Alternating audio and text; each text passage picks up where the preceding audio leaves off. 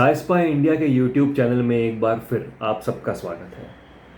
कल रात हिंदुस्तान समेत कई देशों में, यूं कहिए दुनिया भर में, एक बहुत ही बड़ी खबर का खुलासा हुआ है जिसे द पेगासस प्रोजेक्ट के नाम से जाना जा रहा है।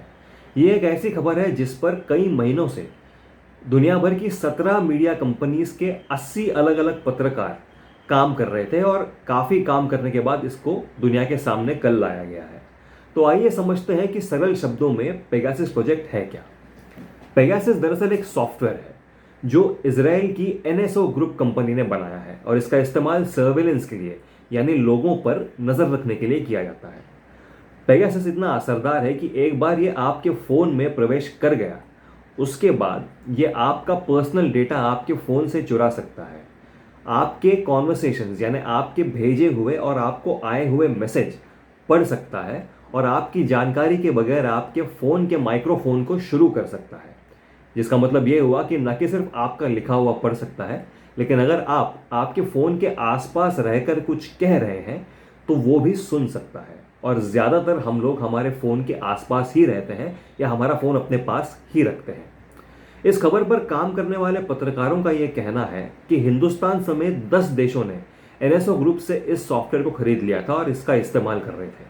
लेकिन जहां इसका इस्तेमाल गुनाहगारों और आतंकवादियों पर नजर रखने के लिए किया जाना चाहिए, वहीं हिंदुस्तान समेत 10 देशों में इसका इस्तेमाल कई और किस्म के लोगों पर नजर रखने के लिए भी किया जा रहा था। जैसे कि वो पत्रकार जो सरकार के खिलाफ लिखते हैं, या वो सामाजिक कार्यकर्ता जो सरकार के खिलाफ आवाज उठाते हैं, या वो राजनैतिक लोग जो सरकार के प्रतिद्वंदी यानी पॉलिटिकल राइवल्स हैं। इस खबर पर काम करने वाले संगठन की अगर माने तो हिंदुस्तान में 2017 से लेकर 2019 तक 1300 से भी ज़्यादा फ़ोन टैप किए गए, जिसमें 40 वरिष्ठ और जाने माने पत्रकारों के नाम भी शामिल हैं। इस संगठन ने अपनी खबर पर काम करते वक्त इन पत्रकारों के और ऐसे कई लोगों के फ़ोन को एमनेस्टी इंटरनेशनल की लेबोरेटरी में सबमिट किया था और वहाँ की गई जांच में इस बात की पुष्टि हुई है कि उनके फ़ोन में पेगासस मौजूद था। वहीं हिंदुस्तान सरकार की तरफ से अब तक जो भी बयान आया है उसमें साफ शब्दों में इस बात से इनकार नहीं किया गया कि पेगासस का नाजायज इस्तेमाल हुआ था या नहीं। दूसरी तरफ पेगासस प्रोजेक्ट पर काम करने वाले इन पत्रकारों का कहना है कि अभी और ऐसी कई खबरें सामने आना बाकी है जिसमें अलग अलग देशों की सरकार के द्वारा पेगासस का गलत इस्तेमाल कैसे हुआ, यह काफ़ी डिटेल में सबके सामने रखा जाएगा।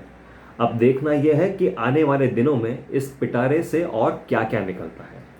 इस पूरे मामले को लेकर अपनी राय अगर आप हमें बताना चाहते हैं, या अगर आपकी कोई सवाल या शंकाएं हैं, या अगर आपकी कोई सुझाव है कि जिस तरह से हम इस बात को और सरल और सीधे शब्दों में आपके सामने रख सकते हैं, तो आप इस वीडियो के नीचे दिए कमेंट्स में लिख सकते हैं या फिर इस ईमेल आईडी पे हमें लिख सकते हैं। देखते रहिए साइंस पाई इंडिया।